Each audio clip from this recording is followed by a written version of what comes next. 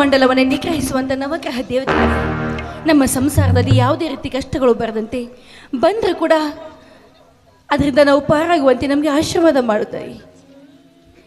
ನಿತ್ಯ ದುಷ್ಟರೊಂದಿಗೆ ಹೋರಾಟ ಮಾಡುವಂಥ ಶಕ್ತಿಯನ್ನು ಪಡೆದುಕೊಂಡಿದ್ದೇವೆ ನಾವು. ಕೆಟ್ಟ ಜನರಿಂದ ದೂರ ಮಾಡಿ ನನ್ನ ಜೀವನದಲ್ಲಿ ಯಾವಾಗಲೂ ಒಳ್ಳೆಯ ಕಾಲ ಬರುವಂತೆ ಆಶೀರ್ವಾದ ಮಾಡಿ.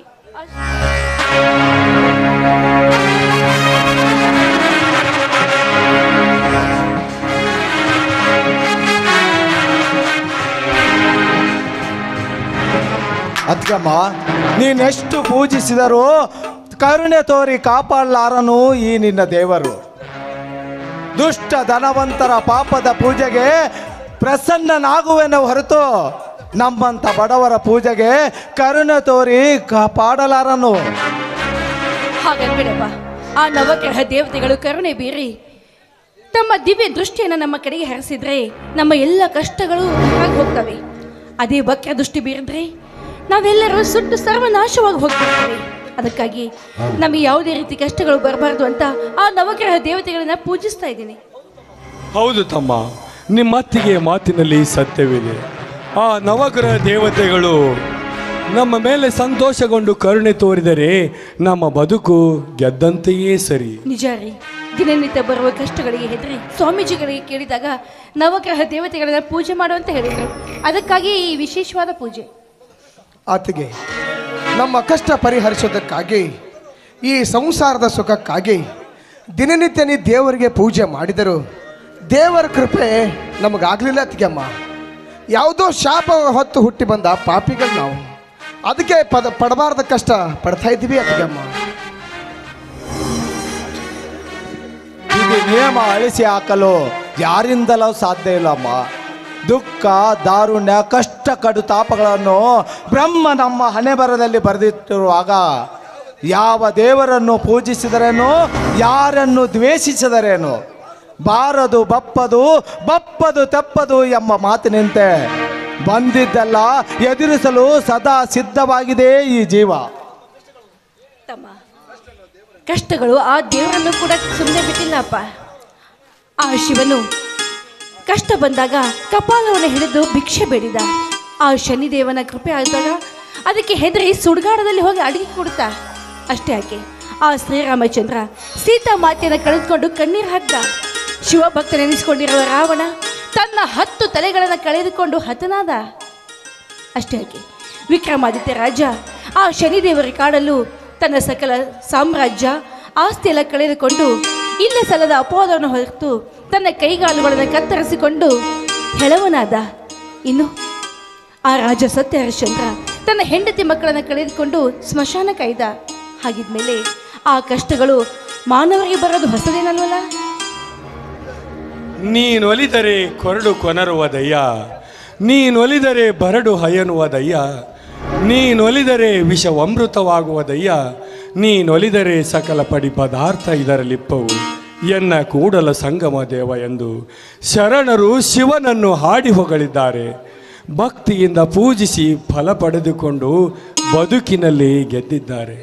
ದೇವರು ನಮಗೆ ನೀಡಿದ ಎಲ್ಲ ಕಠಿಣ ಪರೀಕ್ಷೆಗಳಲ್ಲಿ ನಾವು ಗೆದ್ದಾಗಲೇ ನಮ್ಮ ಜೀವನ ಸಾರ್ಥಕವಾಗುವುದು.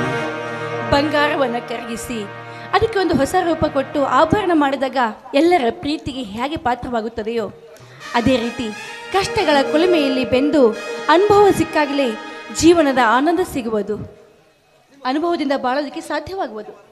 ಅತ್ತಿಗೆಮ್ಮ, ನಿಮ್ಮ ಅನುಭವದ ಮಾತಿನಿಂದ ಅಮೃತವೇ ಸಿಕ್ಕಂತಾಯ್ತು. ಅತ್ತಿಗೆಮ್ಮ, ಕಷ್ಟಗಳೆಷ್ಟೇ ಬರಲಿ ಈಜೋಣ, ಈಜಿ ಜಯಿಸೋಣ.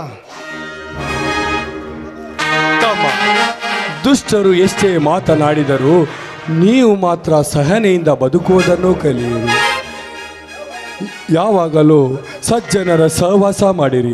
ಸಜ್ಜನರ ಸಹವಾಸ ಧೂಪದಂತೆಯೇ ಸರಿ, ಯಾವಾಗಲೂ ಶ್ರೀಗಂಧದಂತೆ ಸಂತೋಷವನ್ನೇ ನೀಡುತ್ತದೆ. ಆಗಲಣ್ಣ, ನಿನ್ನ ಮಾತಿನಲ್ಲಿ ಸತ್ಯವಿದೆ ಅಣ್ಣ.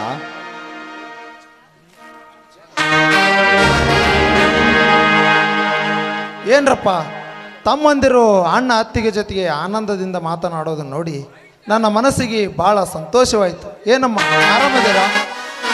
ನಿಮ್ಮ ಆಶೀರ್ವಾದದಿಂದ ನಾವೆಲ್ಲ ಚೆನ್ನಾಗಿದ್ದೀವಿ ಚಿಕ್ಕಪ್ಪ. ಪೂಜೆ ಸಮಯಕ್ಕೆ ಬಂದಿದ್ದೀರಲ್ಲ, ತುಂಬ ಸಂತೋಷವಾಯಿತು. ಬನ್ನಿ, ಪ್ರಸಾದ ತೆಗೆದುಕೊಳ್ಳಿ. ಕೊಡಮ್ಮ.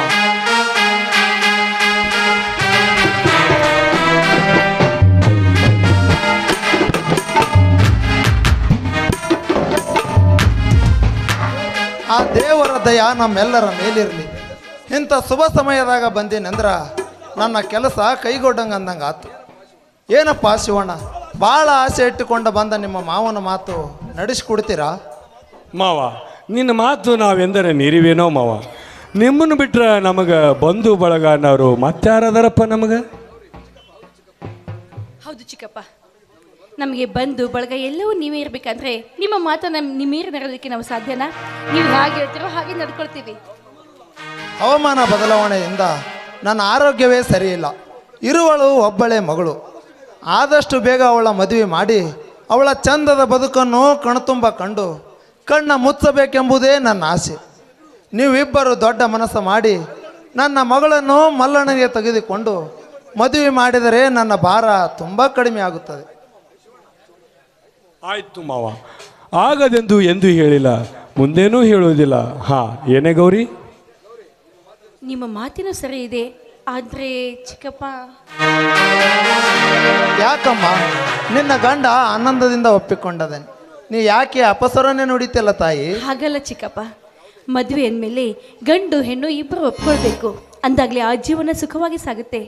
ಆದರೆ ಕಲಿಕೆಯಲ್ಲಿ ಮುಂದುವರೆದಂತಹ ನಮ್ಮ ತಂಗಿ ದಿನವಿಡೀ ಕೆಸರಿನಲ್ಲಿ ಕೆಲಸ ಮಾಡುವ ನಮ್ಮ ಮಲ್ಲಣ್ಣನ ಕೈ ಹಿಡೋದಕ್ಕೆ ಒಪ್ಕೊಳ್ತಾಳೋ ಇಲ್ಲೋ ಅಂತ ನನ್ನ ಅಂತರಾತ್ಮ ಹೇಳ್ತಾ ಇದೆ.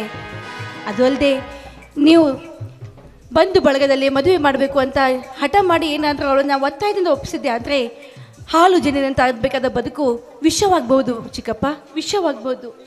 ನೀನನ್ನುವ ಮಾತಿನಲ್ಲಿ ಸತ್ಯವಿದೆ ಅತ್ಕಮ್ಮ. ರೂಪಾಳಿಗೂ ಮಲ್ಲಣ್ಣನಿಗೂ ಆಕಾಶ ಭೂಮಿಯಷ್ಟೇ ಅಂತರ. ಮಾವನ ಮಾತು ಮೀರಬಾರ್ದೆಂದು ಆತುರದಿಂದ ನಿರ್ಧಾರ ಮಾಡಿ ಅಣ್ಣನ ಬಾಳಿಗೆ ಕೆಡುಕು ತರದಿರಿ. ತಮ್ಮ, ಬದುಕು ಬಂಗಾರವಾಗಲೆಂದು ಆಶಿಸಿ ಮದುವೆ ಮಾಡುವರು. ವಿದ್ಯೆಯೊಂದಿಗೆ ಒಳ್ಳೆಯ ಬುದ್ಧಿ ಇದ್ದರೆ ಬದುಕಿನಲ್ಲಿ ಬೆಳಕು ಬರಬಹುದೇ ವಿನ ಕತ್ತಲೆ ಎಂದೂ ಬರಲಾರ್ದಪ್ಪ, ಎಂದೂ ಬರಲಾರ್ದು. ಹೌದು ಆನಂದ, ನನ್ನ ಮಗಳು ಸಂಪನ್ನ ವಿದ್ಯಾವಂತಿ ಹೌದು, ಬುದ್ಧಿವಂತಿ ಹೌದು. ಕಲಿತು ಗಂಡು ಕಲಿಯದ ಹೆಣ್ಣು ಕಲಿಯುಗದಲ್ಲಿ ಎಷ್ಟು ಜನ ಇಲ್ಲವೇ? ಒಟ್ಟಿನಲ್ಲಿ ಹೇಳಬೇಕಂದರೆ ಹಣೆ ಬರ ಒಂದು ಗಟ್ಟಿದ್ದರೆ ಸಾಕು. ಗೌರಿ, ಎಲ್ಲ ಒಳ್ಳೆಯದಾಗುತ್ತದೆ ಎಂದು ತಿಳಿದುಕೊಂಡು ಈ ಮದುವೆಗೆ ಒಪ್ಪಿಕೊಳ್ಳೋಣ. ಮನೆ ಹೆಣ್ಣು ಒಂದು ತಪ್ಪು ಮಾಡಿದರೂ ಸಹಿಸಿಕೊಂಡು ನಡೆಯೋಣ. ಋಣಾನುಬಂಧವಿದ್ದರೆ ಯಾರಿಂದಲೂ ತಪ್ಪಿಸಲು ಸಾಧ್ಯವಿಲ್ಲ. ನಾಳೆ ನಮ್ಮ ಬದುಕು ಭವಿಷ್ಯ ಬರದ ಆ ಬ್ರಹ್ಮನಿಗಷ್ಟೇ ಗೊತ್ತು. ನೀವೆಲ್ಲರೂ ಸಂತೋಷದಿಂದ ಒಪ್ಪಿಕೊಂಡರೆ ಮಾತ್ರ ಮಾವನಿಗೆ ಮಾತು ಕೊಡೋಣ. ಆಯ್ತು ರೀ, ನಿಮ್ಮ ಮಾತನ್ನು ನಾನು ಯಾವತ್ತೂ ಮೀರಿ ನಡೆಯುತ್ತಿಲ್ಲ. ಈ ಮನೆಯ ಅನ್ನದ ಋಣ ರೂಪಾಳಿಗಿದೆ. ಮಲ್ಲಣ್ಣ, ರೂಪಾಳನ ಮದುವೆ ಆಗೋದಕ್ಕೆ ನೀನು ಒಪ್ಪಿಗೆ ತಾನೆ? ಅವ್ವ, ನಿನ್ನ ಕೈ ಕೂಸು ನಾನು, ನನ್ನನ್ನೇನು ಕೇಳಬೇಡವ್ವ. ಆದರೆ ಮದುವೆಗೆ ಮುಂಚೆ ಹೊಲದಲ್ಲಿ ಬೋರು ಹಾಕಿಸಿ ನೀರಾವರಿ ಮಾಡಿ ಮನೆ ತುಂಬ ಬೆಳೆಯನ್ನು ಬೆಳೆದು ಈ ಊರಿನಲ್ಲಿ ಸಿರಿವಂತರಾಗಿ ನಿಮ್ಮ ಆಸೆ ಪೂರೈಸಿದ ಮೇಲೆ ನನ್ನ ಮದುವೆ ವಿಚಾರಮ್ಮ. ನಾನು ಸ್ವಲ್ಪ ಹಣದ ಸಹಾಯ ಆದರೂ ಮಾಡುತ್ತೇನೆ. ಬೋರ್ ಹಾಕಿಸೋಣ. ನನಗೆ ಪರಿಚಯದವರೊಂದಿಗೆ ಒಂದು ಬೆಳೆ ಬರೋರಿಗೆ ಕಾಲಾವಕಾಶ ಕೇಳಿ ಮೋಟ್ರ್ ಆದರೂ ತರೋಣ. ಮಲ್ಲಣ್ಣ, ಶಿವಣ್ಣ, ನಿಮ್ಮ ಒಳ್ಳೆಯ ವಿಚಾರಕ್ಕೆ ನನಗೆ ತುಂಬ ಸಂತೋಷವಾಯಿತು. ಅಷ್ಟು ಮಾಡು ಮಾವ. ಕಷ್ಟಪಟ್ಟು ದುಡಿದು ಹಣದ ಬೆಳೆ ಬೆಳೆಸಿ 4 ಜನರಲ್ಲಿ ನಾವು ಉತ್ತಮರಾಗೇ ಬದುಕುತ್ತೇವೆ. ಹಣ ಗಳಿಸಿಕೊಂಡು ಒಂದಿಷ್ಟು ಆಸ್ತಿ ಸಂಪಾದಿಸಿಕೊಂಡು ನಮ್ಮಣ್ಣ ಅತ್ತಿಗೆಯರ ಮನಕ್ಕೆ ಆನಂದ ತರುತ್ತೇವೆ. ಅತ್ತಿಗೆಮ್ಮ, ಅಣ್ಣನ ಆಸೆಗೆ ಒಪ್ಪಿಗೆ ಕೊಡಿ. ಬದಲಾವಣೆ ಸಮಯ ಬಂದಿದೆ ಅಂತ ಅಂದುಕೊಳ್ಳೋಣ. ನಿಮ್ಮೆಲ್ಲರ ಮಾತಿಗೆ ನನ್ನ ಒಪ್ಪಿಗೆನೂ ಇದೆ. ಆದರೆ ಚಿಕ್ಕಪ್ಪ, ಈ ಸದ್ಯದ ಪರಿಸ್ಥಿತಿಯಲ್ಲಿ ವಿಜೃಂಭಣೆಯಿಂದ ಮದುವೆ ಮಾಡೋದು ಬೇಡ, ಸಾಧಾರಣ ರೀತಿಯಲ್ಲಿ ಮದುವೆ ಮಾಡೋಣ. ಈ ಮದುವೆಯಿಂದ ನಮ್ಮ ಮಲ್ಲಣ್ಣನ ಬಾಳು ಬಂಗಾರವಾಗಲಿ. ನೀವು ಹೋಗಿ ಸ್ವಾಮೀಜಿಗಳ ಹತ್ರ ಒಳ್ಳೆ ಮುಹೂರ್ತ ತೆಗೆಸ್ಕೊಂಡು ಬನ್ನಿ. ಆಯಿತು ಗೌರಿ, ಎಲ್ಲರೂ ಸೇರಿ ಬೇಗ ಮದುವೆ ಮುಗಿಸಿಬಿಡೋಣ. ಹಾಂ, ಬನ್ನಿ ಎಲ್ಲರೂ ಸಿಹಿ ಊಟ ಮಾಡೋಣ. ಹಾಗೆ ಆಗಲಿ. ನೀವು ಅಂದುಕೊಂಡಂಗೆ ನಾನು ನಡೆಯುತ್ತೇನೆ. ನನ್ನ ಮಗಳನ್ನು ಈ ಮನೆ ಸಸ್ಯ ಮಾಡಿ ಕರೆತರಲು ಒಮ್ಮತದಿಂದ ಒಪ್ಪಿಕೊಂಡಿರಲ್ಲ. ನಿಮ್ಮಂಥ ದೊಡ್ಡ ಗುಣದ ಅಳಿಯಂದರ ಪಡೆದು ನಾನೇ ಪುಣ್ಯವಂತ. ಆಯ್ತು ಬನ್ನಿ ಚಿಕ್ಕಪ್ಪ, ಇದೇ ಸಂತೋಷದಲ್ಲಿ ಇವತ್ತು ನೀವು ಇಲ್ಲೇ ಊಟ ಮಾಡಬೇಕು. ಹೋಗ್ರಪ್ಪ, ನೀವೆಲ್ಲ ಹೊಲಕ್ಕೆ ಆಯ್ತು ಅತ್ಕಮ್ಮ, ನಾವೆಲ್ಲ ಹೊಲಕ್ಕೆ ಹೋಗಿ ಬರ್ತೀವಿ ಅತ್ಕಮ್ಮ.